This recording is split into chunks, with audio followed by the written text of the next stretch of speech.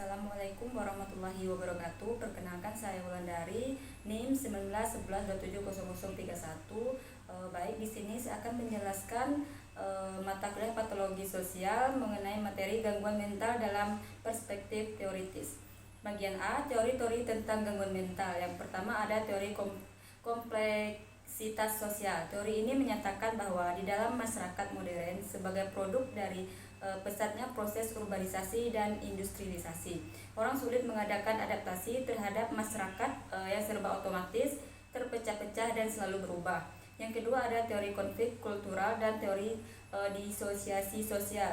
Teori ini menerangkan bahwa masyarakat modern merupakan satu hektenses kultur penuh unsur ketegangan, persaingan, serta konflik terbuka atau tersembunyi. Yang ketiga ada teori imitasi. Teori ini menyatakan bahwa banyak tingkah laku yang menyimpang atau deviasi neuritis dan psikis primer diperoleh dan dipelajari secara langsung atau tidak langsung dari orang tua sendiri. Yang B, stigma seputar gangguan mental.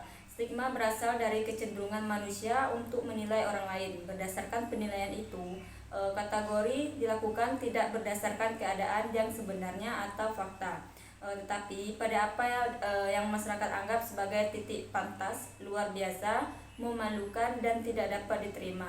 Stigmatisasi terjadi pada semua aspek kehidupan manusia.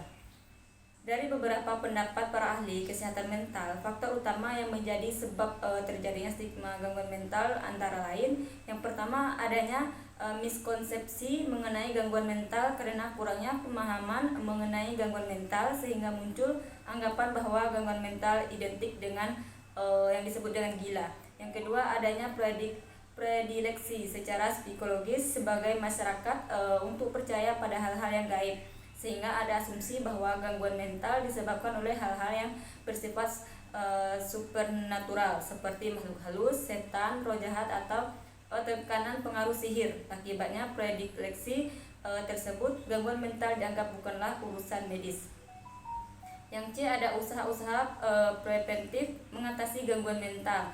Hal yang patut diingat bahwa gangguan mental oleh faktor-faktor sosial dan kultur yang eksternal, yaitu sifatnya dapat dihindari, baik itu dengan jalan psikoterapi yang diberikan kepada individu yang mengalami gangguan kepribadian atau penyakit jiwa maupun melalui terapi psikologis. Penelitian mengungkapkan bahwa beberapa pasien yang mendapat psikoterapi kondisinya malah bertambah buruk. Justru yang lebih penting dan lebih baik adalah mencegah penyakit tersebut, serta berupaya agar hal itu tidak terjadi atau paling tidak berusaha meminimalkan dengan usaha-usaha sebagai berikut. Yang pertama ada memperbaiki kebiasaan makan, bernafas, tidur, dan aktivitas. Yang kedua berbicara kesulitan jika ada masalah.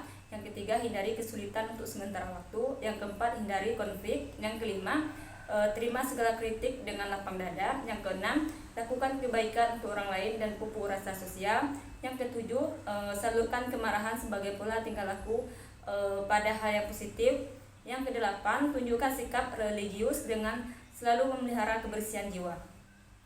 Adapun di bagian yang D yaitu pembinaan mental dalam perspektif Islam. Pembinaan mental seseorang dilakukan sejak kecil. Semuanya pengalaman yang dilalui, baik yang didasarkan maupun tidak disadari, ikut menjadi unsur-unsur yang tergabung dalam kepribadian seseorang. Di antara unsur-unsur yang akan menentukan corak kepribadian adalah nilai-nilai yang diambil dari lingkungan, terutama lingkungan sendiri. Dalam pandangan teori psikoanalisis, agama merupakan bentuk perilaku tidak dewasa atau disebut dengan abnormal. Tetapi teori ini sudah banyak dimentahkan oleh teori-teori yang berorientasi humanistis, yang memandang bahwa manusia harus dilihat secara utuh, walaupun pada dasarnya agama adalah sebuah perilaku yang tidak bisa dijelaskan secara rasional. Yang E, implikasi gangguan mental. Penampilan gangguan mental biasanya berupa gejala-gejala sebagai berikut. Yang pertama, banyak konflik batin. Yang kedua, komunikasi sosial terputus dengan adanya disorientasi sosial. Yang ketiga, adanya gangguan intelektual dan gangguan emosional yang serius. Baik, mungkin cuma itu yang dapat saya jelaskan. Lebih dan kurang saya mohon maaf. Wabillahi taufiq wal hidayah. Wassalamualaikum warahmatullahi wabarakatuh.